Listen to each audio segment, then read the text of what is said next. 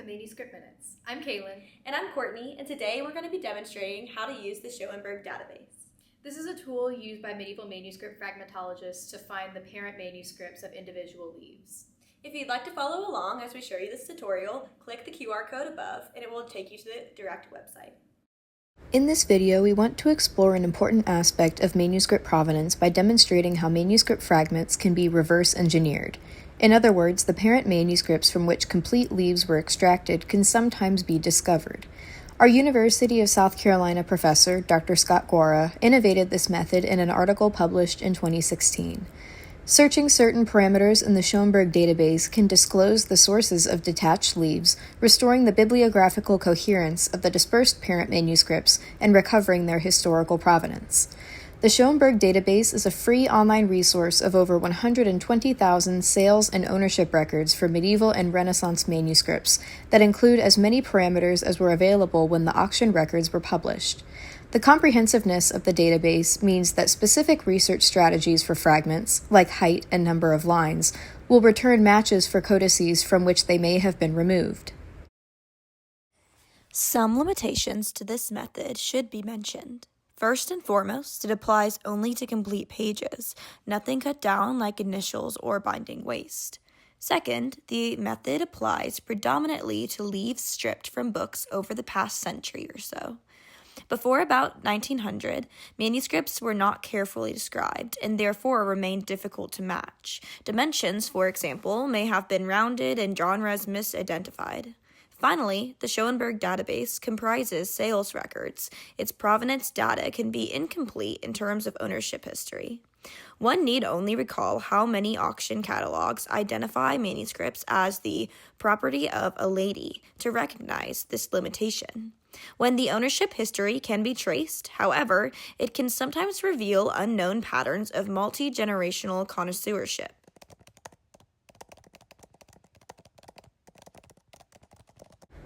To identify the possible parents of a manuscript page, first click Advanced Search on the Schoenberg Database homepages.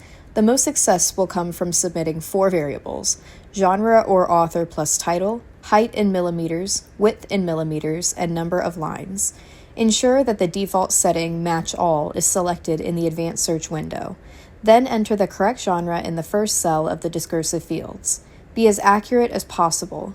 If you are confident about the genre, add it to the discursive menu: Bible, Book of Hours, Missal, Breviary, and so on.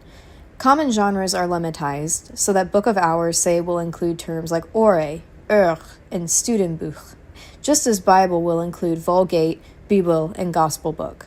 The option of searching by author and title can be tricky. The description may even be wrong, but try entering the authority name provided by the database compilers. Inconsistencies associated with an author plus title search will not likely matter, since any omitted returns will not significantly impact the number of the potential matches. But it might be fruitful to try all the variants of a name and title, such as De Civitate Dei, as well as City of God. Although there are 32 other search parameters listed, most of them will be irrelevant for identifying the parents of dispersed manuscripts. For example, if you have only a single folio from a parent, how could you know the total number of illuminations or their size, or the total number of folios? Yet, some parameters can be occasionally helpful, such as distinguishing between paper or parchment substrates. For example, a search of Missal results in 4,575 hits, but Missal plus paper yields only 244. This number could be narrowed significantly by alphanumeric factors like dimensions and number of lines. Most manuscripts will be written in Latin, but if your fragment is written in another language, that could be a helpful limitation. This can be selected in the language drop-down field. Once you've chosen one or perhaps more search terms, look lower down on the page to find the alphanumeric fields. Entering the numerical data in these fields will significantly restrict the returns that require sorting. The 3 key fields to complete are page height in millimeters, page width in millimeters, and number of lines. None of the remaining fields, besides possibly the date, are necessary. You can only be confident in the date if the seller has provided an exact date, but often dates change from one seller to the next. An incorrect date range may radically limit the returns, leaving out any number of parent candidates. Use ranges for the height and width. Add 10 millimeters to the measured number to account for trimming, mismeasuring, and inept removal from a binding. Consider, furthermore, Schoenberg Database editors converted dimensions in inches into millimeters. Dimensions that look suspiciously rounded in inches appear to be more accurate in millimeters. 165 millimeters may be the equivalent of 6.5 inches, but the dimension may have been rounded up or down by a quarter inch or more. To accommodate this variability, subtract 5 millimeters from the measured height and width and record that in the first cell of the range. Then add 5 millimeters to the high end of the range. For example, if your measurement was 115 millimeters, the recorded range would be 110 millimeters to 120 millimeters. It isn't advisable to expand this range because doing so generates far too many returns to sort conveniently. To the dimensions, next add the number of lines, starting with an exact count. For example, if your manuscript has 32 lines, you would put 32 to 32 in the search engine and select number of lines. Keep in mind there can still be potential for error if the manuscript has pages with irregular numbers of lines. Small Bibles often betray variability in line numbers, and calendars will often have either 15 or 30 lines, making them impossible to trace without more item-specific data. After completing these inputs and searching them, a number of possible parents will be returned, and sorting them becomes the chief objective. First, identify each manuscript. Each entry in the Schoenberg database represents a point of sale, so that some entries will represent duplicates for the same manuscript. Once the options have been aggregated, begin at the end of the entry and eliminate any manuscripts in public libraries. These are presented last. It is unlikely, though not impossible, that the fragment you are searching comes from such venerable collections. Then, organize the returns beginning with those that most closely match the actual parameters of the fragment, the closest dimensions and exact number of lines. Then, organize this list by the date of sale, beginning with the most recent.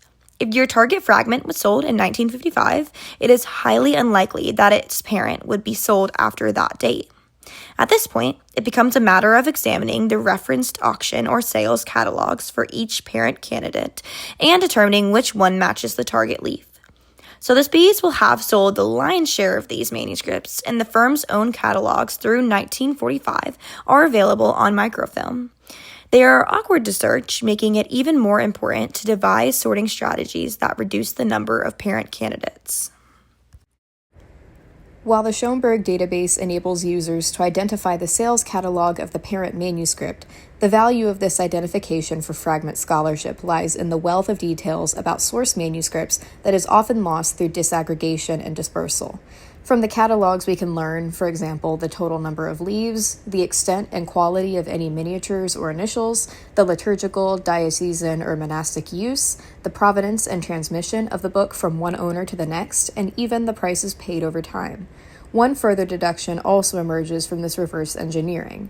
By observing the last time the manuscript was intact, we can often theorize when it was dispersed, and if the buyer were identified, it might be possible to discover how the manuscript was initially marketed. Researchers can Google language from a dealer's description that might turn up sister leaves in collections that have been digitized. For the next few minutes, we want to illustrate how to use these searching and sorting techniques. For our first example, we'll be using a breviary page owned by a local collector. To begin, type breviary into the discursive fields. Since the leaf is 186 millimeters tall, enter a range 101 to 191 millimeters in the alphanumeric fields and select height. The width, as we can see here, is 137 millimeters. So enter a range of 132 to 142 millimeters and select width. On the third line, enter the exact number of lines by using the range 31 to 31, because there are 31 lines on this page, and select num lines. Once all this data has been entered, hit search. You will discover that only one entry is returned, a breviary sold in London at a Sotheby's auction on December 6, 2016. This result looks very promising, and when we consult the catalog entry for it, we can confirm from the published photo that this is indeed the parent manuscript of our fragment. Now we can learn far more about our fragment than we ever thought possible. First, the date provided is circa 1480, and the manuscript has 463 leaves, although it was missing all but 2 leaves with historiated initials. The text included a ferial psalter, the Psalms in liturgical sequence, as well as a breviary that our leaf comes from. The feast days recorded in the calendar, as well as the saints venerated in the Litany and Sanctorale, document the use of automne in central France. This provenance information matches details transmitted with the fragment. The book survived in its original medieval binding of brown leather. We should presume that the binding has been, by now, discarded or sold online. Some details of provenance were provided. We learned that by the 17th century, the manuscript had come into the possession of the Carmelites of Semur-en-Auxois, which lay in the diocese of Autun. The book bears an ownership inscription as well as a library shelf mark proving their ownership, and they may have owned it from the time of its manufacture. The next recorded owner is Sir William Forbes of Aberdeen and Edinburgh, 6th Baronet of Pitsligo, and he died in 1806. We have no evidence for his purchase of it. Perhaps the breviary was liberated after the French Revolution, making its way to Scotland as an elite memento. A wealthy banker, Sir William, could have afforded such a book. It remained at the Fettercairn House until 2016, when it was consigned to Sotheby's, sold, and cut up. In this wealth of detail, one immediately appreciates the value of the Schoenberg Database for reverse engineering fragments and discovering their parents. Our second example is this handsome Italian missal, a book used by priests to perform the Mass. In this case, the University of South Carolina owns a bifolium with music, so that it is challenging to count the number of lines. However, a text page from the same manuscript happens to be in the possession of the College of Charleston, and from it, we learn that the missal had 32 lines per page. Let's enter the data now. The height is 350 to 360 millimeters. The width is 245 to 255 millimeters, and the number of lines is 32 to 32. A search of these parameters yields 3 results, the first of which we can ignore. It is unlikely that a manuscript at the Fitzwilliam Museum in 1895 was deaccessioned and cut up. The second entry, however, directs us to a Christie's sale held in London on the 8th of June, 2005. When we look at this catalog entry, we discover a perfect match, as proved by the photograph. This book is the parent of our fragments. From the cataloging, we learn that this incomplete manuscript came from northeastern Italy and can be dated to the last decade of the 15th century. When sold, it had 235 folios with 10 large historiated initials. One of them was illustrated. Descriptions of all 10 miniatures were provided. Like the previous example, this missal survived in a contemporary Renaissance binding. If not discarded now, probably impossible to match. Details in the text prove that the manuscript was used by so-called Augustinian hermits, and some unusual venerations of Venetian saints suggest the origin in northeastern Italy. The artwork itself was only described as Northern Italian, so these details significantly narrow the origin. We should take note of the third entry in the Schoenberg Database, Lot 14 from the Sotheby's sale, held in London on the 6th of July, 2006. The Schoenberg Database only records fragments if they comprise 6 or more leaves. As in this instant, these 13 missal leaves doubtless come from our manuscript, and the date suggests that the book was cut up within a year of its purchase at the 2005 Christie's auction. It's important to fragmentologists to estimate and record the dates of disemburtment. We hope this demonstration helped you get more familiarity with the Schoenberg database and how to use it. And don't get discouraged if the results come and you haven't been able to figure out which parent manuscript goes along with your fragment. A lot of scholars have spent many years learning how to use this, and you are just starting, so have patience with yourself and have fun.